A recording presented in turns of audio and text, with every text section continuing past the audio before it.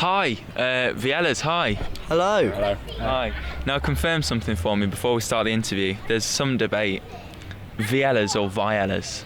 Viyellas. Most certainly. Damn it, well I got it wrong. Viyellas. Yeah. Fair enough. Where did that kind of come from? The name came from a road, like basically next to our rehearsing studio, which is where we did all of our first and all of our rehearsal sessions really. And we were stuck on a name for months, and then I walked past it one day and thought, yeah, Viyellas. Fair enough, and Viyellas were born. So when was that then? So you've been going for a fair while, would you say? I mean, when was it that you kind of decided that you would become serious about doing this band, I guess? I can remember the rehearsal session where Kian asked the question that we'd all been thinking for so long, and he just went, lads, is this just like a hobby, or do we actually want to do it seriously? And we all literally answered in a second, like, yes, we want to do it seriously. And then and that was what, like a bit less than a year ago probably? Yeah, maybe like September or October time. Yeah. So yeah, that's coming up to a year now, isn't it? Yeah. And what's the plans at the moment? Because we were talking off camera earlier, and you've kind of got a bit of heat on the street, I guess, on sort of support bills and things like that. You know, I'm seeing you on all these things at the bodega and little bits like that. What is the kind of, is that the plan, and is that hoping to just sort of progress further, or what? It's definitely just keep gigging, keep trying to get bigger gigs as well. We don't want to take any step backs. Like, we feel like we're fed up with pubs and playing with pretty rubbish bands. We just want to start playing the bigger gigs now, and for something to actually happen. We've got a single coming out hopefully in the next few weeks, and we're just hoping that everything's just going to keep getting bigger. We just don't want to take any step backs and just keep going on. There's no definitive plan really, because we're just at the stage where we just got a graft like every other band does, just to try and make something happen. Yeah. And what about recording and releasing music? What's the kind of deal with that? Because I guess there's not loads as of yet. We're still in August 2017. What's the scope for that? So we're recording an EP at the minute. It's going pretty slowly. We've pretty much finished 2 songs. The first one is called What I Saw, and that's going to be the first single. We're 101% on that now, aren't we? And the second one called Cards, which is my personal favourite, which we've just got to wait for the EP.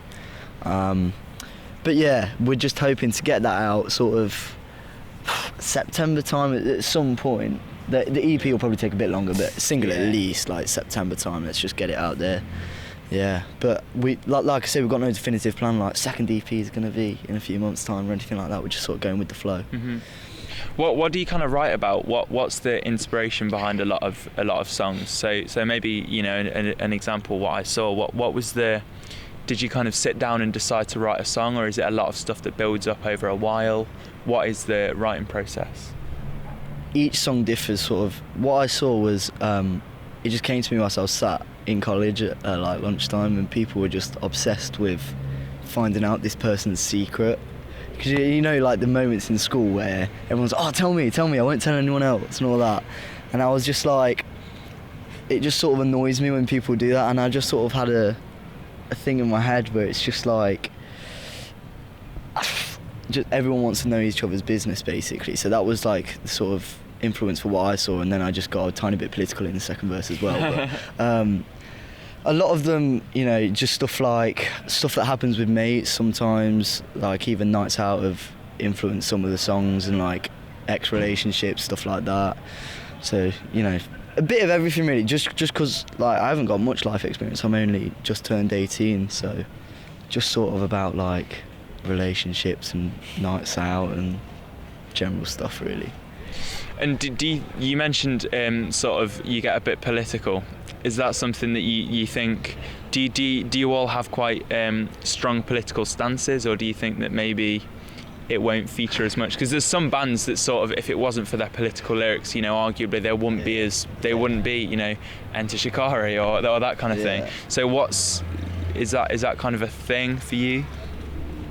Normally I leave because I've got like a sort of side solo project, I normally leave the politics to like my own stuff, and I don't really incarcerate it with the band really, but there are tiny bits in there, just like little things just sort of annoy me, like in what I saw, I talked about how people don't quite grasp politics, like they don't understand everything, which is obviously fair enough, but you know, they sort of judge other people for their views and stuff, and I just sort of mimicked people like that in what I saw. I don't want to go into depth about, you know, like my political views and all that, but maybe it'll be a thing that I write about more in the future, but yeah, we'll just see how it goes. But we'd never talk about politics, do we, lads? No.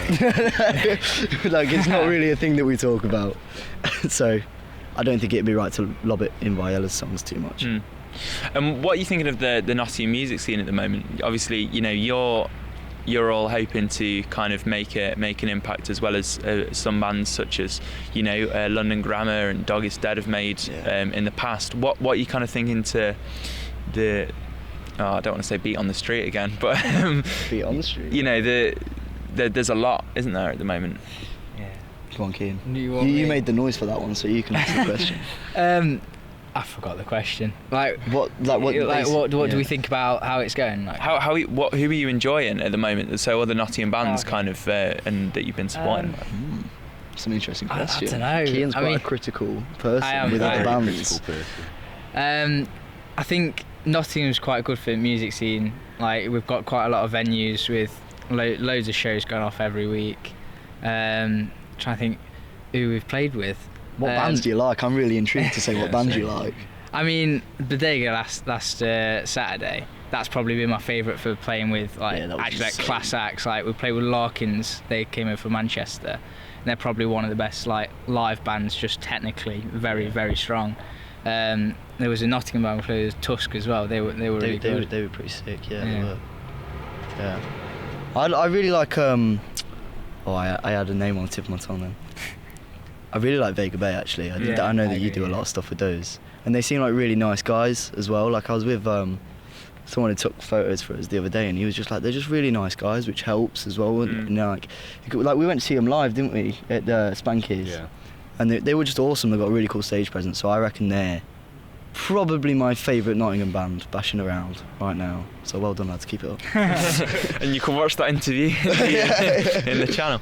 Okay, so I'm going to ask you to be critical, I guess, now. But as one final question for all of the bands I interview, one top sort of musician for all of you separately. So. That inspires you as an instrumentalist or as a vocalist, maybe as a person you could get into that. But yeah, let's go down the line. He wants to start that end. Okay. Well, I suppose I was like into rock from an early age with my dad and stuff, just showing me all rock stuff. So I'd probably go like AC/DC, Angus Young as my inspiration as a guitarist. Yeah. And then just like stuff like that really. So Jimi Hendrix, I guess. And I can't really think of any others now, but yeah. You've answered the question sufficiently. Matt Helders. I knew you were going to say that. When I started playing the drums, I literally just got into the Arctic Monkeys and I was huge on them, and he was somebody that really inspired me to actually just learn the drums, basically. So without him, I wouldn't be here. That's a great answer. For me, Slash was what got me into music and playing the guitar, but like for bass wise, probably Flea probably impacted me most on my actual playing style. Just how he goes about learning the instrument is quite a bit different to everyone else, and I quite liked that. And then finally, I say Pete Doherty from the Libertines.